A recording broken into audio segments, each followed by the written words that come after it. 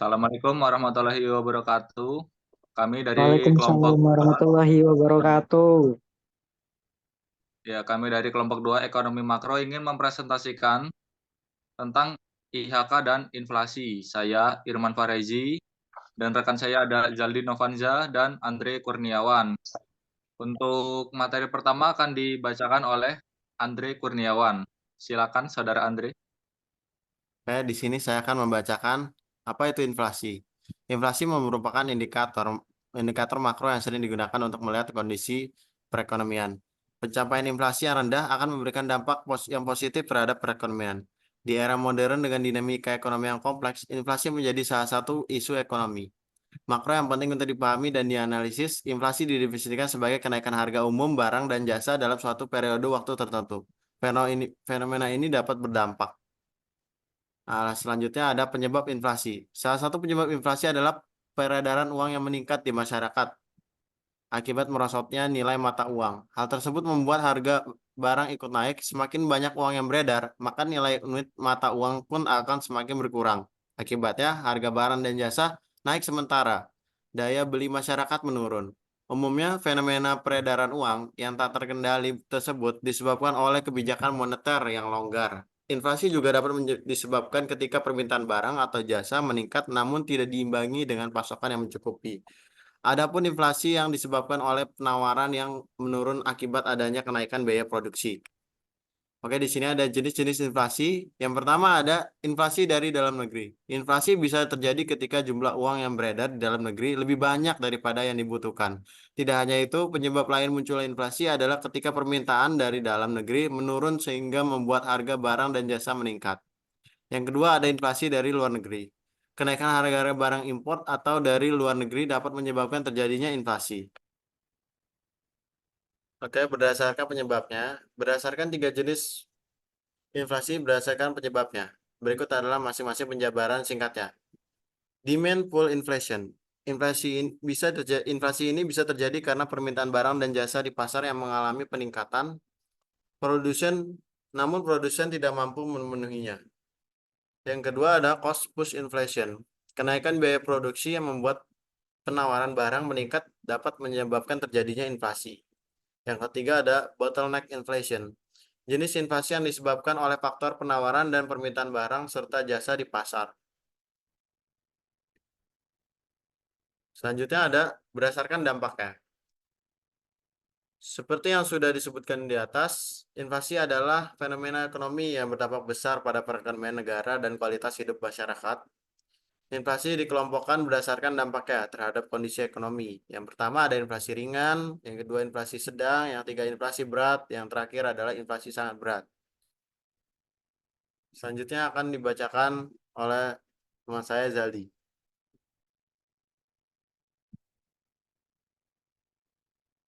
Oke, saya lanjutkan. Ini ada inflasi Februari 2024 Y on Y. Inflasi tahun ke tahun Februari 2024 terhadap Februari 2023, yaitu berarti tahun lalu, sebesar 3,28%. Ada 5 komoditas dengan andil inflasi terbesar Y on Y dalam bentuk persen, yaitu kelompok makan, minuman, dan tembakau. Yang paling besar itu ada beras, yaitu sebesar 1,13%. Lalu cabai merah itu sebanyak 0,30%. Bawang putih 0,26. Tomat 0,12. Yang paling kecil itu ada gula pasir sebanyak 0,11. Ya, lalu di sebelah kanan itu ada inflasi berdasarkan kelompok Y on Y. Dalam bentuk persen, eh, ada kolom rincian, itu ada inflasi umum. Terus ada inflasi dan andil inflasi. Yang pertama itu inflasi umumnya makanan, minuman, dan tembakau. Inflasinya sebanyak 7,53% dan andil inflasinya 2,41. Yang kedua ada pakaian dan alas kaki. Inflasinya sebanyak 3,7 dan andil inflasinya 0,24. Yang ketiga ada rumahan air, listrik, dan bahan bakar rumah tangga. Itu inflasinya sebanyak 0,82, andil inflasinya 0,11. Yang keempat, itu ada perlengkapan peralatan dan pemeliharaan rutin rumah tangga. Inflasinya 0,78. Andil inflasinya 0,05 dan seterusnya dan seterusnya. Lanjut. Nah, ini ada inflasi antar wilayah cakupan IHK Februari 2024. Itu ada kolom kabupaten, IHK, inflasi Y on Y dalam persen, dan inflasi M to M dalam persen. Yang pertama tuh ada Kabupaten Lampung Timur, yaitu kabupaten saya sendiri. IHK-nya sebanyak 109,32. Inflasi Y on Y dalam persennya 4,53. Inflasi M to M-nya 0,25. Yang kedua ada Kabupaten Mesuji, yaitu IHK-nya 109,51. Inflasi Y on Y-nya 4,19. Dan inflasi M to M-nya 0,25. Yang ketiga ada Kota Bandar Lampung dengan IHK 105,82. Inflasi Y on Y per persennya 2,69. Inflasi M to M-nya 0,46. Yang keempat, yang terakhir itu ada Kota Metro. IHK-nya 105,13. Inflasinya 2,37%. Inflasi M to M-nya 0,58. Nah, di sini ada tingkat inflasi Y on Y tertinggi terjadi di Kabupaten Lampung Timur sebesar 4,53%. Dan yang terendah itu terjadi di Kota Metro sebanyak 2,37%. Selanjutnya,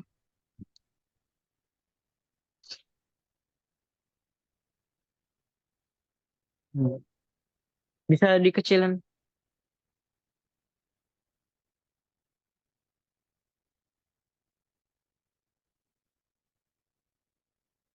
Kegedean.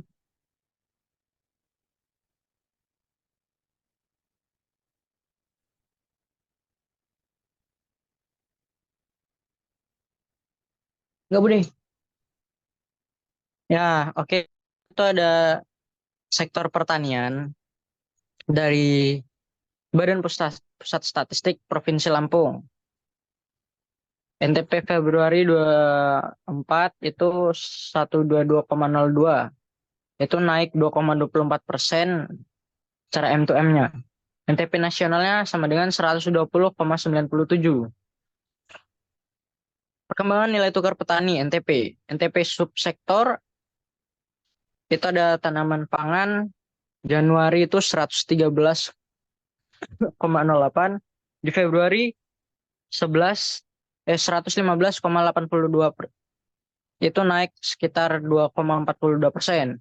Terus di sektor hortikultura Januari itu ada 128,49, Februari itu ada 134,36, yaitu naik 4,56.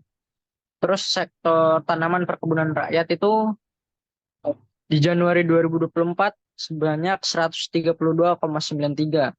Di Februari 2024 itu ada 136,14, naik sebanyak 2,42. Peternakan Januari itu 96,09.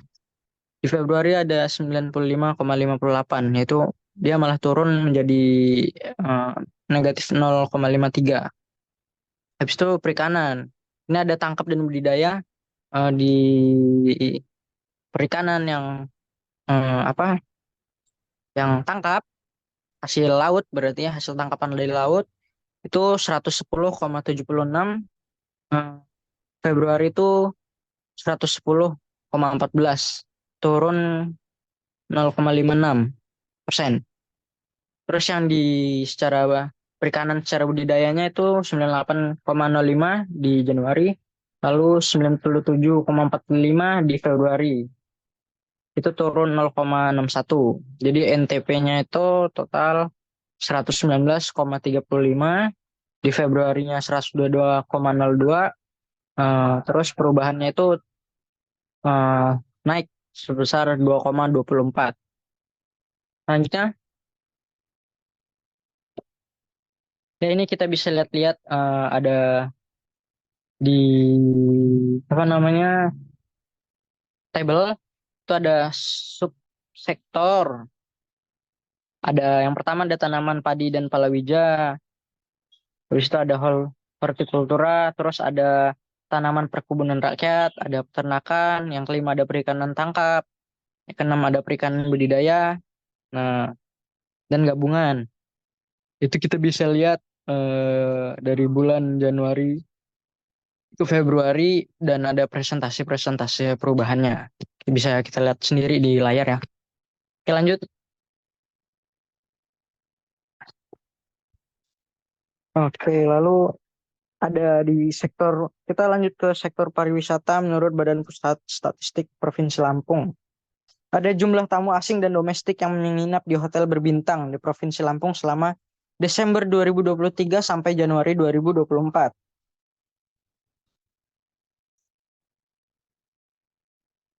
Bisa kita lihat sendiri di bintang 1 dan 2 itu ada tamu-tamu asing di Desember Januari itu kosong, tidak ada. Desember Januari kosong, cuman tamu domestiknya di Desember itu ada 8.786 orang dan Januari itu ada 5.923 orang secara domestiknya. Bisa kita lihat sendiri. Jadi total hotel bintang 1, 2 dan 2, 3, 4 dan 5 itu totalnya yang jumlah tamu asing di Desember 2023 itu ada 293. Di Januari di tamu asing itu 396. Di domestik Desember 2023 itu ada 84.534 orang. Terus di Januari 2024 ada 64.996. Dia mengurang kurang sekitar 19.838 dari tahun sebelumnya. Itu. Oke, lanjut. Selanjutnya ada sektor transportasi dari Badan Pusat Statistik Provinsi Lampung, yaitu jumlah kendaraan berangkat via Pelabuhan Bakauheni. Ya, nyebrang berarti ya. Itu jenis kendaraannya itu ada motor, bus, sedan dan sejenisnya, truk, pick up, ya mobil-mobil sama motor lah. Itu ada kolom keberangkatan kendaraan itu ada Januari, Desember, dan Januari 2024. Pada Januari 2023 kendaraan motor itu sebanyak 24.269.000. Desember 2023-nya sebanyak 26.253. Januari itu ada 28.309. Terus perubahan bulan N atau N-1 itu sebanyak 7,83. Perubahan tahunnya 16,65. Terus ada bus itu di Januari itu 8.489. Di Desember 2023 ada 9.742. Januari 2024 itu 8.539 dan seterusnya. Jadi jumlah total itu di Januari itu kendaraan yang nyebrang itu ada 2023 210,192. Lalu di Desember 2023 itu sebanyak 227,311. Di Januari 2024 itu sebanyak 209,309. Jadi perubahan bulan N-nya total itu adalah minus 7,92 dan perubahan tahunannya 0,42. Lanjut. Nah, ini kita lihat ada grafik ya perkembangan transportasi angkatan udara. Pesawat penumpang Januari 2024 per 1.000 orang. M2M-nya 7,34%, year on year itu 33,02%. Terus kita lihat ini di grafik, yang biru itu berarti tahun 2022, yang merah itu 2023, dan yang hijau itu ada 2024, tapi belum ada di sini. Ini masih mungkin grafik awal Januari 2024 ya. Jadi belum ada. Nah, pokoknya total di grafik ini adalah sebanyak dari dimulai dari 40,75, terus di bulan 2022 itu sebanyak 28,43. Dari Januari 2022 sampai Desember 2022 itu sebanyak 28,43. Sedangkan di tahun 2023 itu dia naik ke 43,98. Nah, lanjut lanjut yang di bawahnya itu ada pesawat muatan barang Januari 2024 ribu per kilogram. M2M-nya 0,70%, year-on-year-nya 22,61%. Itu bisa kita lihat dimulai dari 324, 200 apa? 2022 itu dari Januari itu ada 250, terus hingga ke Desembernya itu 233. Itu yang biru ya, yang Januari. Yang 2022 maksudnya. Terus yang merah itu dari 264 hingga Desember itu sampai ke 366. Nah, seperti itu. Berarti ada kenaikan di antara 2022 dan 2024. Ada kenaikan apa namanya? Dalam penerbangan transportasi. Oke, lanjut. Dibacakan oleh teman saya yaitu Irman Farezi. Silakan Irman. Baik, selanjutnya ada perkembangan ekspor dan impor. Di sini ada ekspor Provinsi Lampung menurut golongan barang utama. Di sini ada beberapa golongan barang. Ada lemak dan minyak hewan, bahan bakar dan mineral, ampas dan sisa industri makanan, olahan dari sayuran, buahan, dan kacang-kacangan, pulp dari kayu, kopi, teh, ikan, berbagai produk kimia, kayu, dan olahan daging ikan. Dari total 10 golongan barang utama, pada nilai free on board atau FOB pada Desember 2023 ada 3.043. Lalu pada Januari 2024 ada 320.000.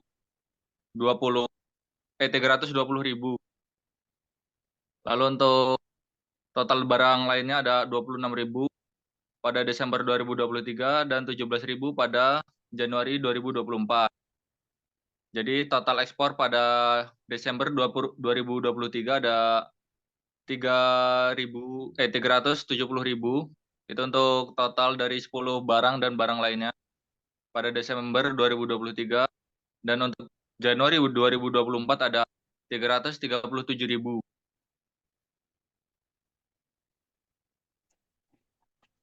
Oke, selanjutnya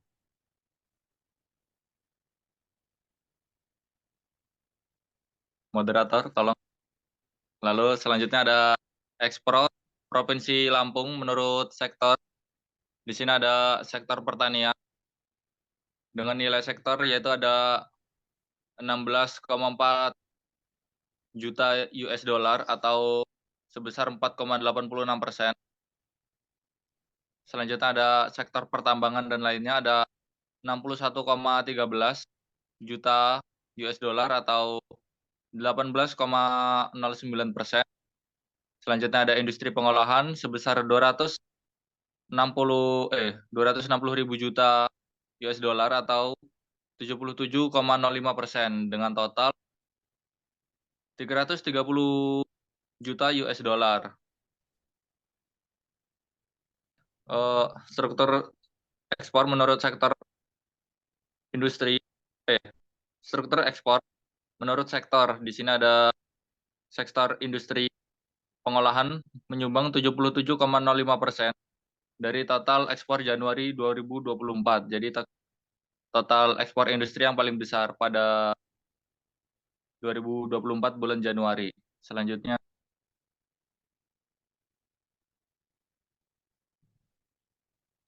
ada data dari impor Provinsi Lampung menurut golongan barang utama.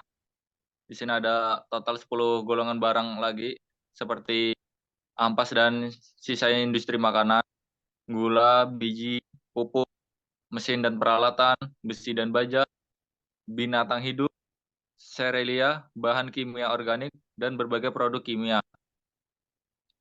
Dengan nilai cost, insurance and freight atau CIF pada bulan Desember 2023 dengan total 197.000, dan untuk Januari 2024 ada 77,52, dan untuk total barang lainnya pada Desember 2023 ada 7,32, dan Januari 2024 ada 4,34. Data tersebut ini diakhiri dengan US dollar ya, juta US dollar. Lalu total barang impor migas ada 77,78 US dollar, dan pada bulan Januari 2024 ada 0,80. Jadi total barang impornya ada pada bulan Desember ada 282.000 US dollar, juta US dollar. Dan untuk Januari 2024 ada 82,66. Oke, selanjutnya.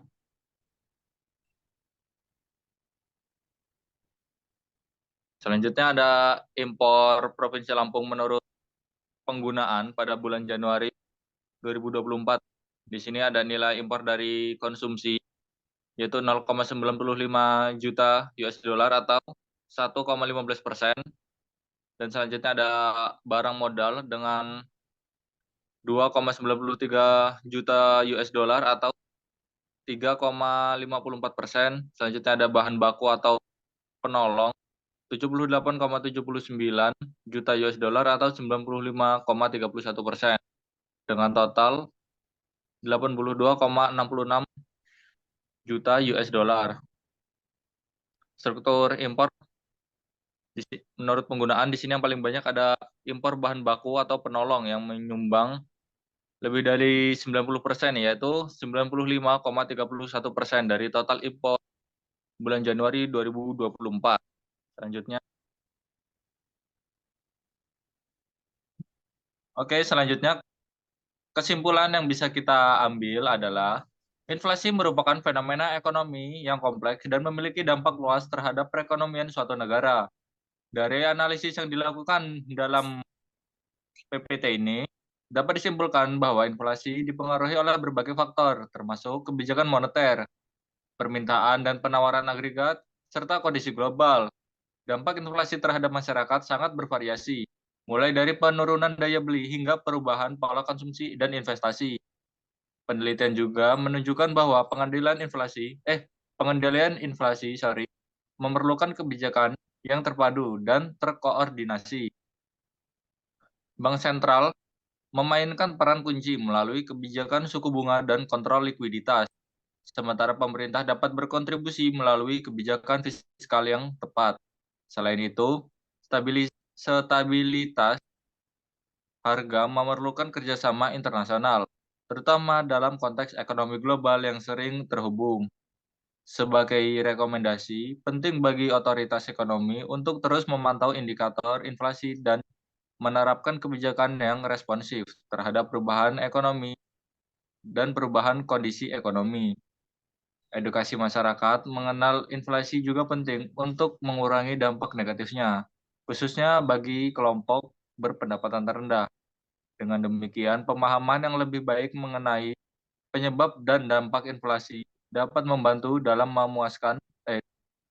merumuskan strategi yang efektif untuk menjaga stabilitas ekonomi dan kesejahteraan masyarakat. Mungkin itu saja yang bisa kelompok kami sampaikan. Saya Irman Fareji mewakili kelompok 2. Kurang lebihnya mohon maaf. Saya akhiri. Wassalamualaikum warahmatullahi wabarakatuh.